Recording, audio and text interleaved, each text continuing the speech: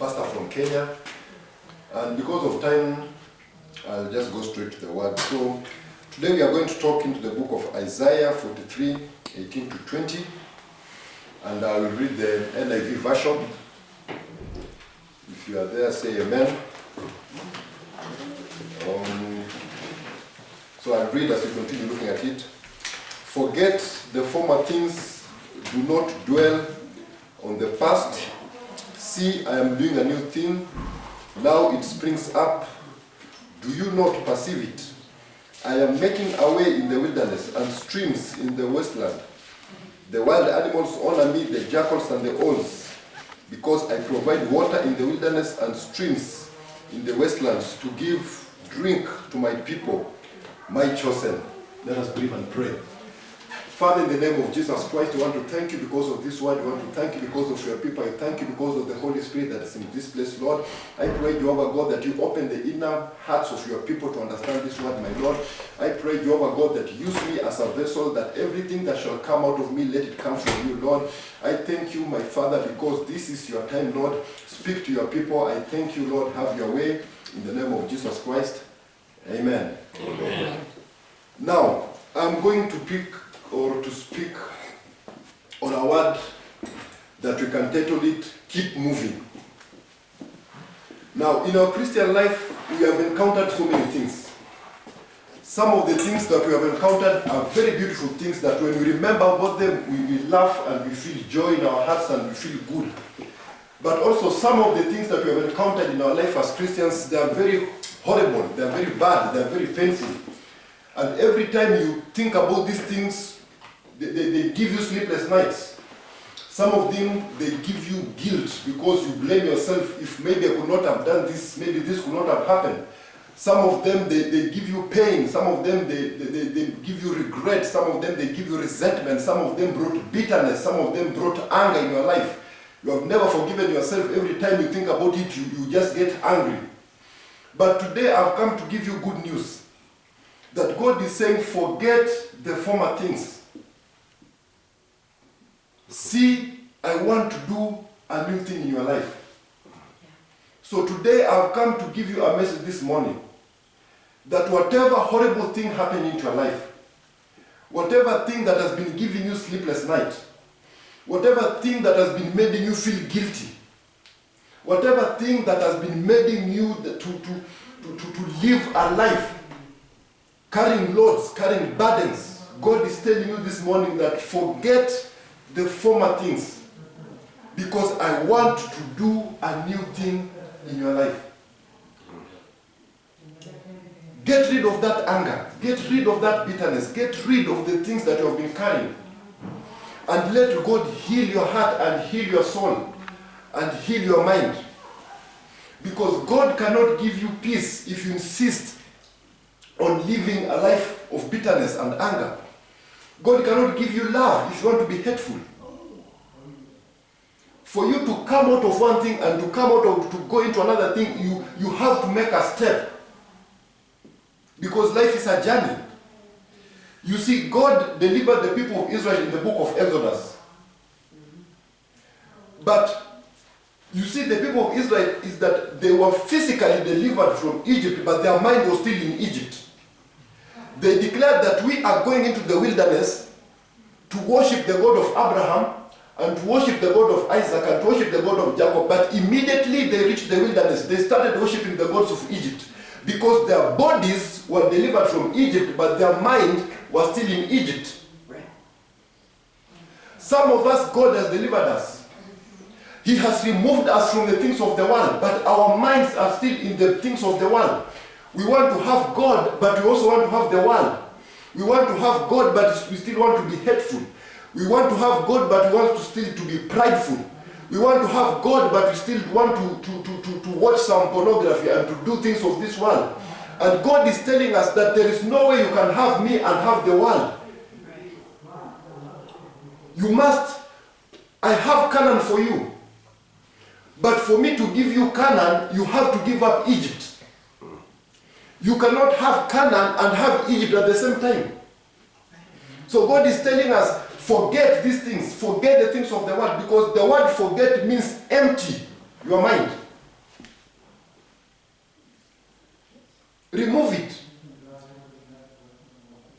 Because that's what we do every time, just like the people of Israel.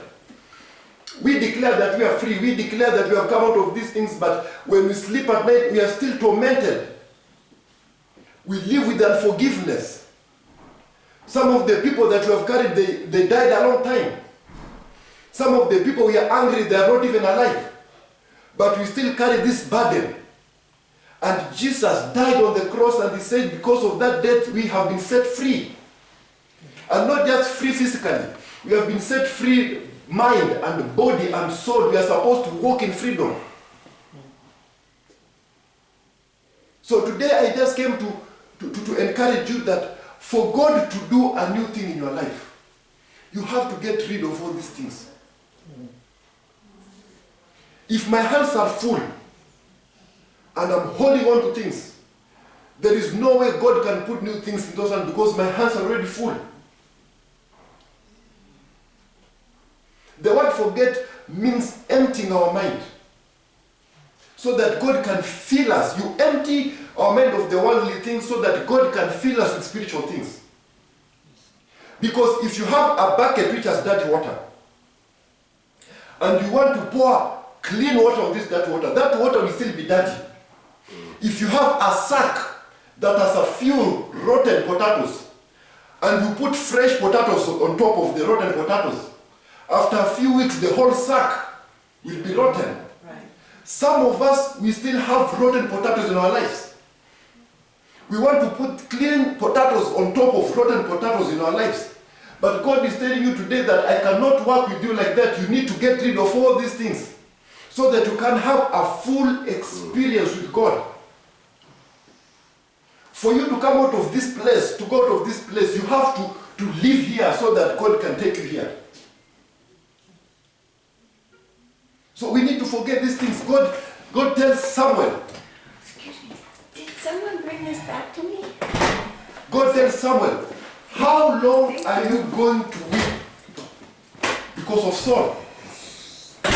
Because I've already rejected him as the king of Israel. Rise up, go into the house of Jesse and anoint David as the new king of Israel. And today I came to tell you in the morning, how long are you going to weep because of that situation that happened in your life? How long are you going to weep because of that broken marriage? How long are you going to weep because of that spouse who rejected you? How long are you going to weep because you are molested, because you are betrayed, because you are mistreated, because you are rejected? We need to forget about these things so that we can allow God to do a new thing in our lives. How long are we going to carry these things? God says that, come, all of you who are heavy laden. We have been carrying the burdens to a church. Year after year we are coming to church, but we are still holding on to the luggage. That is not our work. Jesus says, bring all that luggage. Let me carry it. I want you to walk in freedom. I want you to walk in love. I want you to walk in peace. But I cannot put these things in your life if you continue carrying the heavy ladens that you have been carrying in your spirit and in your heart. So when you go down, it says, see, I am doing a new thing. So what are you seeing? Because after forgetting the former things, God is saying now, see, I am about to do a new thing. What you see is very important. There are people in life, they never see anything positive. Everything they see is negative. They complain about the house, they complain about the weather, they complain about the car, they complain about the children, they complain about everything. You can never have a negative mind and expect to have a positive life. You can never, ever have a negative mind and have a positive life. Because what you think is what you get. God tells Abraham, what do you see?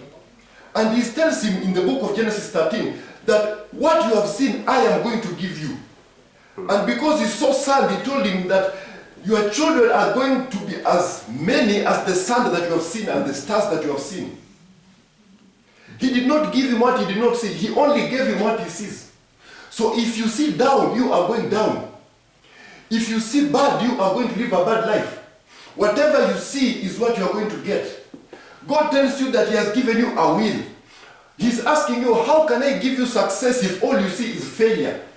How am I going to give you a good marriage if all you see is bad things? You complain about your spouse, you complain about everything. How am I going to do a new thing in your life? So what do you see? Jesus meets a man who had been invalid for 38 years. And Jesus asked this man, do you want to be whole? Yeah. And then you ask Jesus, seriously, can you ask such a question? This man has been here for 38 years, waiting to be made whole. How can you ask him that he wants to be whole? You need to realize that our outer actions can be speaking one thing, but our inner conviction is speaking something different. God looks at the heart. This guy was there physically, wanted to be made whole, but maybe the heart was talking something different. Just because you come to church does not make you a Christian. You can be coming to church because people come to church on Sunday. Just because you walk and talk and say you're free does not mean you're free. What do you see? There must be a willing. There must be a perceiving. You must believe that this is what I want, that this is what God is going to do. Do you see yourself living a better life than your current situation? Do you see your children coming out of that addiction? Do you see yourself living a cancer-free life even though right now you are at stage 4 cancer? Do you see yourself? Because that's what God is asking. See, I'm about to do a new thing, but are you seeing the thing that I'm about to do? Because what we do is that we look at the current situation. We don't look at what God wants to do. Jesus never looked at the cross. He looked at the glory that is going to come after the cross. But the problem is we look at the cross. We look at the suffering that you are suffering right now. And Paul says that we do not put our eyes on the current suffering. We are putting our eyes on the glory that is going to come after the suffering.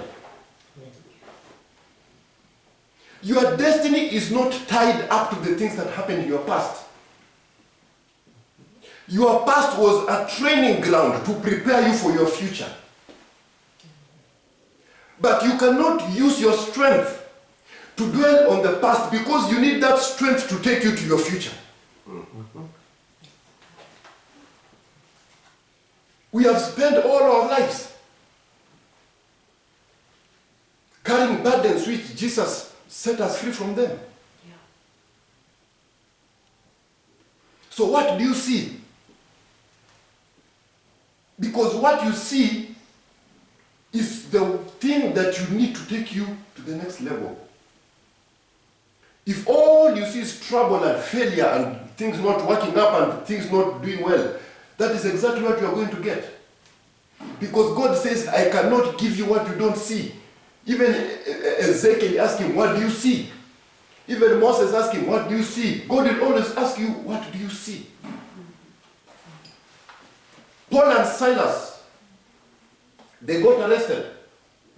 And the Bible tells me that when they were arrested, they started praising God. And when they were praising God, power came from heaven, and the Bible says the foundations of the prison were shaken. An angel came, and they were free. Now, Paul and Silas, they were in bondage. But they perceived the freedom that God was going to give them. And they started celebrating and praising God for the freedom that he was going to give them, even though physically they were still bound. And because their mind was already free, their bodies could not continue to be bound. So power came from heaven to free their bodies so that it can join their minds. When you make a decision to walk out of a situation, never leave your mind where you have come from. Because when your mind is free, your body will always follow your mind where it is. So I came to tell you that the problems that you have been encountering is because our bodies left the problem, but our minds are still there. God is saying, I have a new marriage for you, but I cannot give it to you because I cannot give you Alex because your mind is still with John. I cannot give you a new location because your mind is still there. So you need to forget about John so that I can bring Alex in your mind. You need to forget about Egypt so that I can give you Canaan. Joseph, you cannot complain on the pit. You need to see the palace when you're still in the pit. Because if you complain in the pit, you are going to add your years and life in the pit. So God tells the people of Israel, because you are not ready for Canaan, you are going to go round and round and round in Egypt, in the wilderness for 40 years. Some of us have been stuck for 40 years because we don't want to let go. Yes, they were good times. Yes, you are happy in them. But that's in the past. Everything has a season. We need to keep moving. We need to keep fighting. There are new places where God wants to take us. There are new locations where God wants us to take us. But He can only take us if we come out and allow Him to do these things in our lives.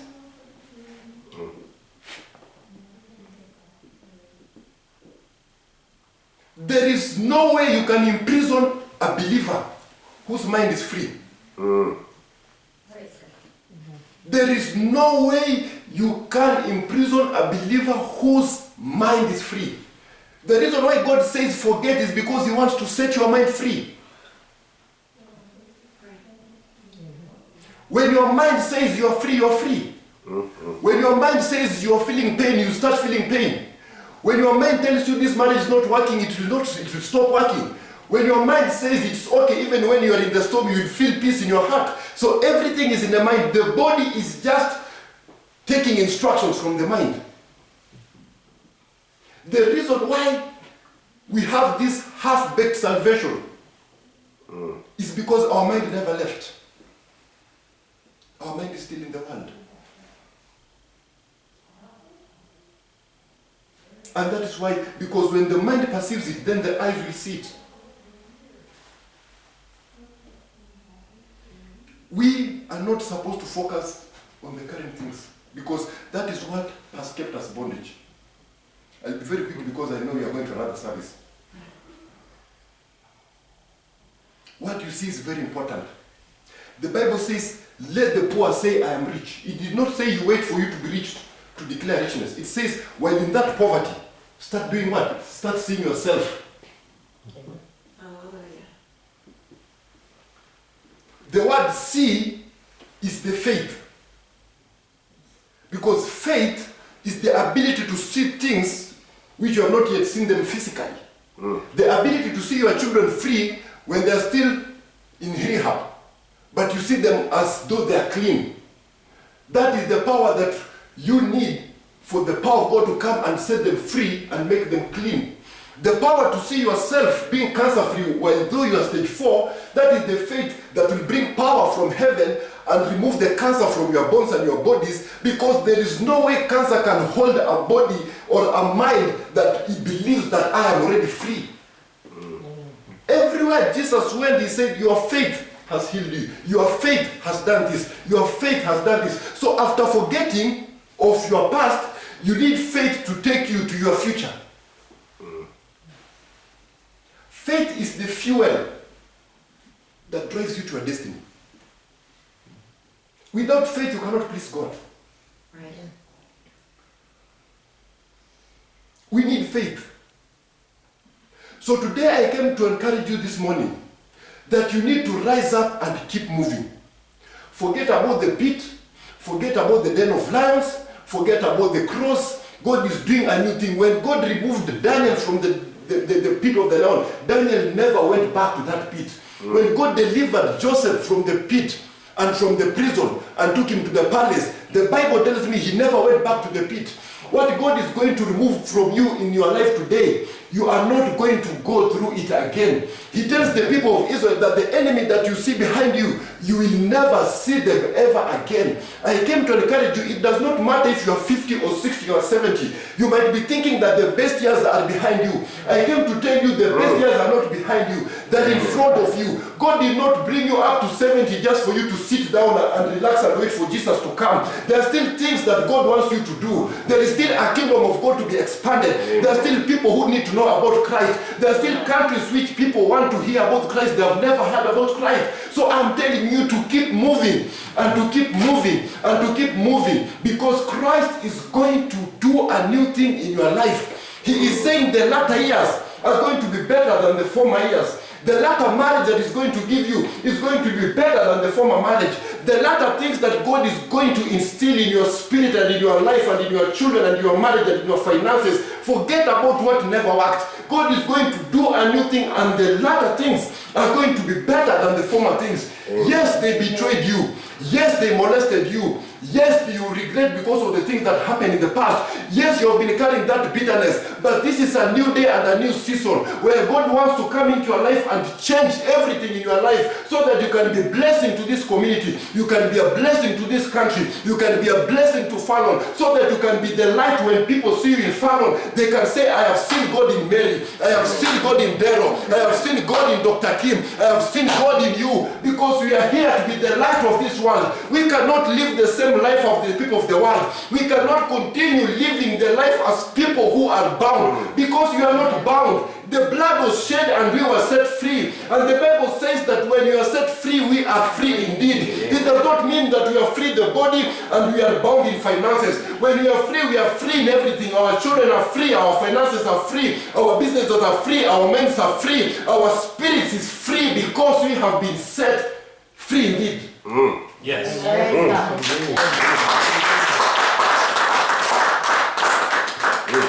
Let us believe in God.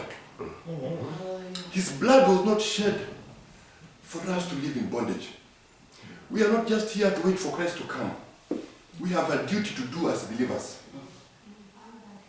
God says in the book of Joel, I will restore your wasted years. Every tear, everything you have gone through. Not everything is good, but God says that for those who love Him, all things work for good. So I'm just finishing with encouraging you people. You are the light of the world. You are the salt of the world.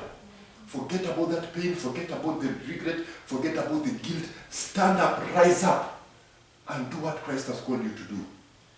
Tell God, use me. It's not enough to be available. You must be usable. Rise up and do that thing that God has put in your heart. Doesn't matter how old you are. There is a reason why God has taken you this far. It means there's something better in front of you. That's why you are still alive today. That's why you are breathing. That's why you are not on oxygen. That's why you are not in hospital. There is something that God wants you to do. Let us believe and pray.